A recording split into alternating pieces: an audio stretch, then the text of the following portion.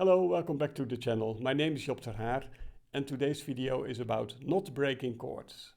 So this was definitely a thing in the 19th century. Players like Paganini and also Piatti were definitely able to play three strings at the same time. So they could play chords without breaking them. And there is an interesting chapter in Hugo Becker's treatise on cello playing which describes chord playing, and he says that one should always strive not to break chords. And maybe only on special occasions we would actually break chords. And Hugo Becker gives a special bow hold to play chords, and it looks a little bit like this. So Hugo Becker describes the bow hold, but also adds a photograph, which is kind of revolutionary in that time, in the 20s. So we can exactly see how Hugo Becker played his chords. For me, this bow hold would be slightly uncomfortable, not for playing chords, which is fine, but everything that comes after, I would have to go back to my normal bow hold, and that would be kind of inconvenient. So Hugo Becker says that with this special bow hold you should go for the middle string, place the bow on the middle string first, and then add a lot of weight, a little bit further from the bridge than you would maybe normally do, and then use a lot of bow and quite a lot of pressure. So it would go like this. And then you can easily grab three strings at the same time with a bow. If you would have to play a four-string chord, Hugo Becker recommends playing the lowest string as a kind of a quick grace note, followed by a normal three-string chord. So always 1 plus 3. So that would sound like this. So that the perception is that the chord is actually not broken at all. Then in this chapter about the Dvorak concerto, Hugo Becker describes how you should play the opening, and he says that the first four chords should not be broken. And the next one is a bow and should be slightly broken. And the chord on the next bar is an 8 note, at least in the orchestra score. And Hugo Becker says that it should not sound like a separate chord, so the note that comes after should not sound like a syncopation, so not like this, but more like this, as if it were just one big chord, which is of course very inconvenient on the cello. So the whole passage should sound more or less like this.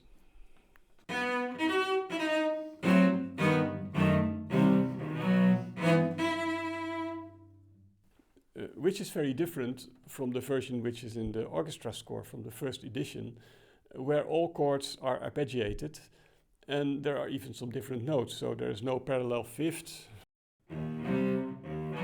like in Hugo Becker's version.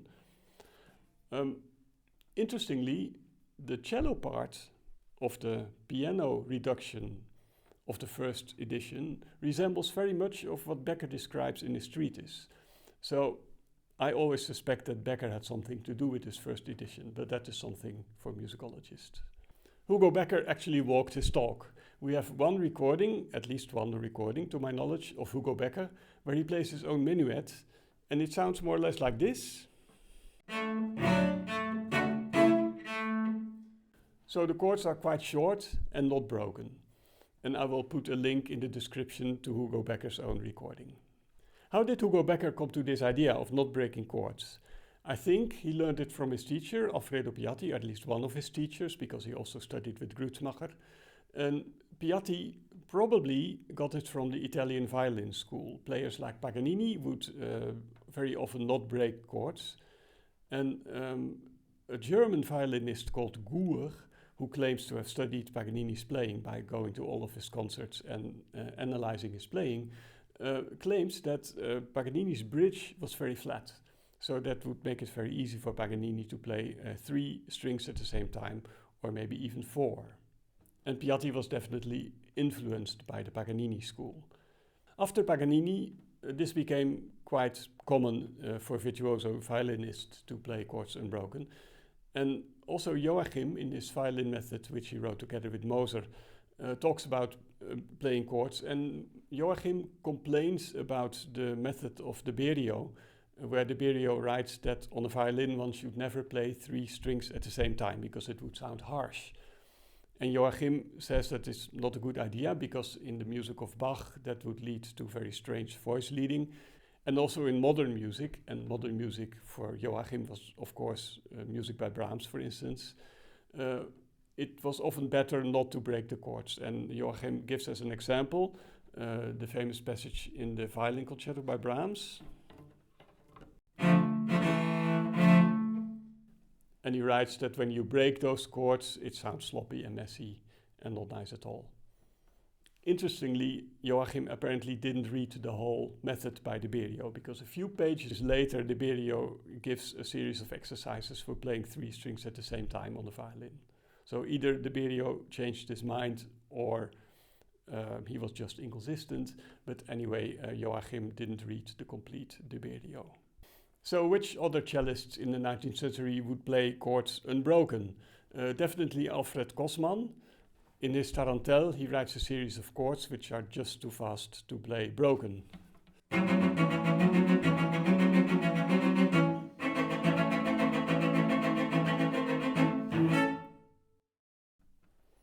Also in his Concertstück, Kosman writes a passage in chords which are clearly not to be broken.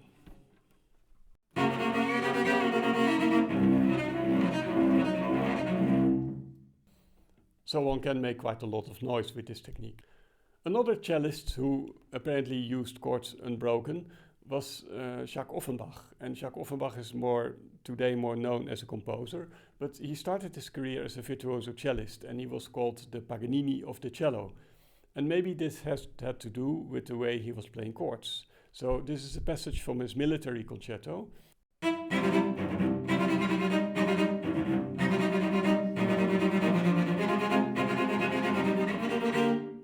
And it goes on for more bars, and it's actually quite loud and also quite tiring for the arm, I think. Also Servet used chords unbroken. There is a passage in his Fantasie on Guillaume Tell, which is also too fast to break. And also Servet would use creative ways to play 3 strings at the same time. So here's a passage from his Fantasie Le Désir, which is mentioned in George Kenaway's book on playing the cello. And here he uses Collegno to play chords.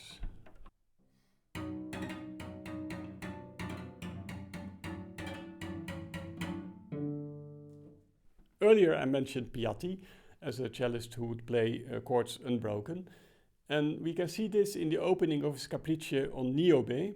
The theme of this Capriccio comes from an opera by Pacini and it goes like this.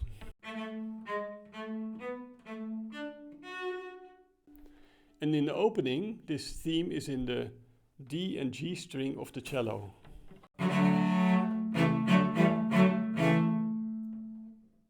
So the melody is definitely not on the A string. If I would break the chords in the direction of the A string, it would sound like this.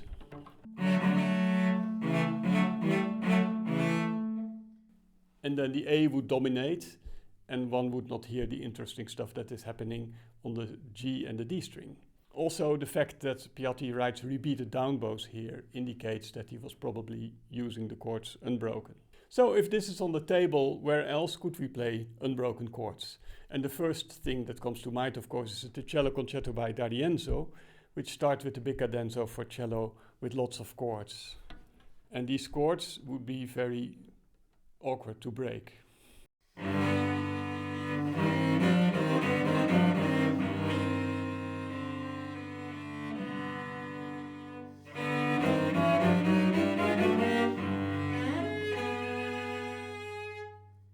In the Rococo variations by Tchaikovsky, there is a passage in the cadence with chords.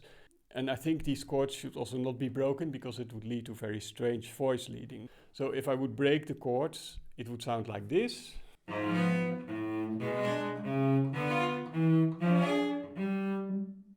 But then the melody would be kind of...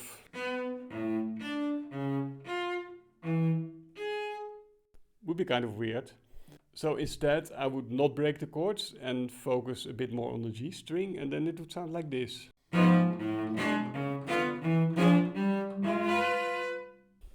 Also in the cadenza in the last movement of the Schumann concerto, there is a passage with chords, and most of these chords should actually be broken because they're quite long, but the last 2, I think it would be nice not to break them.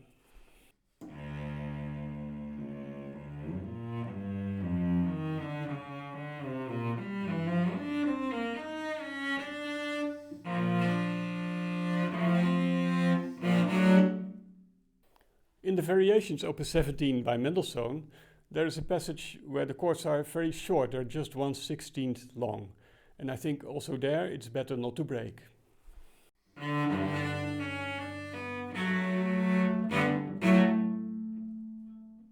And the last example comes from the Cello Sonata by Chopin. Of course, the cello part of this sonata was heavily edited by Franchomme, and they probably worked on this cello part together. In the scherzo of the sonata there are some chords, and some of them are marked with a dot, others are marked with a kind of slur, and in the final movement of the sonata there's also a chord that is marked with a zigzag line. And I think it would be nice to play these chords all a little bit differently. So the first one would be like this.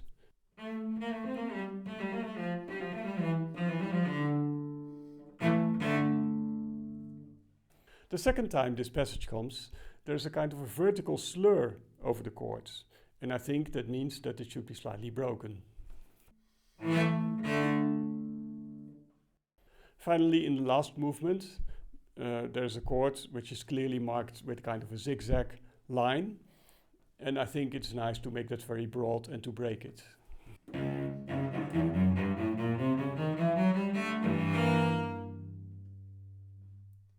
So then we use all of the possibilities in the Chopin sonata, which is, I think, a nice idea. That was it for this video. I hope you enjoyed it, and I hope you are going to try out playing Chords Unbroken from time to time. And in the next video I will explore if this technique would be possible in Baroque sonatas. Because of course in the 18th century people would have good taste and they would not use those barbaric techniques.